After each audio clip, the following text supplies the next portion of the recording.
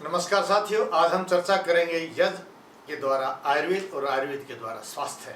और हमारे साथ आज हैं स्वामी विजयवेश जी और स्वामी आदित्यवेश जी। नमस्ते। स्वामी विजयवेश, वैदिक योग संन्यास आश्रम सोमधाम खेड़ला, जिला गुरुग्राम। वहाँ पर प्रोग्राम 1, 2, 3, 4, 5 अक्टूबर, जिसमें 1.25 लाख गायत्री महायज्ञ एवं शाम वेद यज्ञ होगा। आज मैं वैद्य जी को निमंत्रण देने के लिए यहाँ पहुँचा हूँ। मैं प्रार्थना करता हूँ कि मेरे निमंत्रण को स्वीकार करें। स्वामी आदित्यवेश जी, आप तो वेदों के विद्वान हैं और पूरे भारतवर्ष में नहीं विदेशों में भी जाते हैं, तो आप बताइए कि गायत्री मंत्र का क्या महत्व है और इससे यज्ञ का स्वास्थ्य पर क्या प्रभाव है। आदरणीय आचार्य जी और पूज्य स्वामी जी, एक ही बात मैं यहाँ कहना चाहूँगा। जो यज्ञ का खास करके अनुष्ठान पूज्य स्वामी विजयवेश जी कर रहे हैं खेड़ला गुरुग्राम में, आपने गायत्री यज्ञ की बात की, आपने गायत्री मंत्र की बात की। सीधा सीधा एक शब्द में यदि मैं कहना चाहूँ, गायत्री मंत्र जो है वो बुद्धि का मंत्र है। वर्तमान समय में जिनकी बुद्धि अच्छी है वो इस समाज के लिए, इस राष्ट्र के लिए महत्वपूर्ण और सकारात्मक भूमिका अदा कर रहे हैं। यज्ञ अपने आप में बहुत बड़ी चीज़ है, जिससे आत्मिक और आध्यात्मिक उन्नति तो होती है, साथ में वातावरण की शुद्धि भी होती है। जहाँ हम गायत्री मंत्र के माध्यम से ईश्वर से बुद्धि की कामना करते हैं, वहीं व्यक्ति के निर्माण से लेकर के राष्ट्र के निर्माण तक बहुत बड़ी भूमिका अदा करने के लिए अंदर से आत्मविश्वास और आत्मशक्ति प्राप्त करते हैं।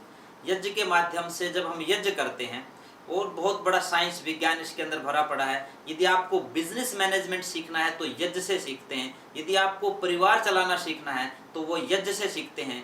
दान, देव पूजा और संगतिकरण, ये तीनों यज्ञ के माध्यम से हम प्राप्त करते हैं। एक मोटी सी बात कहकर के अपनी बात को खत्म करूंगा। जब हम यज्ञ करते हैं, गाय का शुद्ध देसी घी प्रयोग करते हैं, जब उसके अंदर घी से आहुतियाँ डालते हैं, एक सफ़ेद कलर का धुआं जैसा निकलता है, जिसको फॉर्मलिन बोलते हैं। जब हम आचमन के बाद जैसे जल प्रसेचन की प्रक्रिया को पूरा करते हैं, जल का जो वाष्पीकरण है उसके माध्यम से वो फॉर्मल्डिहाइड गैस में परिवर्तित हो जाती है। और आप सबको पता है फॉर्मल्डिहाइड गैस जो है वो विशेष तौर पर ऑपरेशन थिएटर में प्रयोग की जाती है, जिससे वहाँ का जो कीटाणु और विषाणु है उसको उनसे रहित करने के लिए, उस पूरे के पूरे कमरे को शुद्ध करने के लिए। तो आज विज्ञान भी ये बात मानता है कि यज्ञ के माध्यम से पर्यावरण की शुद्धि भी होती है, और मंत्रों के उच्चारण के माध्यम से या गायत्री के उच्चारण के माध्यम से आत्मिक उन्नति होती है। तो वैद्य जी, मैं यही कहना चाहूँगा, एक बहुत अच्छा अनुष्ठान है। आप लोग सब उसमें जो है सादर आमंत्रित भी हैं, और प्रयास करें जो निकट के जो साथी हैं उस कार्यक्रम में जरूर सम्मिलित हों। 1, 2, 3, 4, 5 अक्टूबर 2025। यज्ञो वही पुरुष है पुराण है। पुराणों में यज्ञ को ही श्रेष्ठतम कर्म कहा गया है। और मैंने अपने अनुभव में देखा है कि जो लोग औषधियों से थक चुके हैं, खाने की इच्छा नहीं करती है, परेशान हो चुके हैं रोगों से, तो वहाँ एक धूम्रपान चिकित्सा होती है। यानी हमें औषधियों को आप यज्ञ अग्नि में डाल करके उन औषधियों का हम ग्रहण इंद्रिय के द्वारा प्रयोग करते हैं, जिसमें विशेषकर माइग्रेन है, सर्वाइकल है, डिप्रेशन है, पैरालाइज है, ब्रेन हेमरेज है। यहाँ तक क्यों कहिए कि जिन बच्चों को दिमाग तेज नहीं होता है, अगर उन बच्चों को यज्ञ के सामने बैठाया जाए और यज्ञ में विशेष करके घी की आहुति डाली जाए, और घी भी विशेषकर गाय का डाला जाए, तो इससे उत्तम इलाज कोई नहीं है। मैं वहाँ अवश्य मिलूंगा। आप लोगों का नाड़ी देख करके हम बताएंगे कि कौन सा रोग आपको है, और उस रोग में कौन से यज्ञ से आपको रोजाना घर पर यज्ञ करना चाहिए, जिससे आपके घर में शांति रहे, आपके बच्चे विद्वान बने और आप जो है रोग रहित रहे। मैं अवश्य वहाँ मिलूंगा। आप सभी का बहुत बहुत धन्यवाद। आचार्य जी, एक बात मैं पूछ रहा हूँ, आपने एक अच्छा संकेत किया कि जिसको आपने कहा कि ये पद्धति हम लोग यूज करते हैं। गाँव में इसको धुमनी बोलते थे।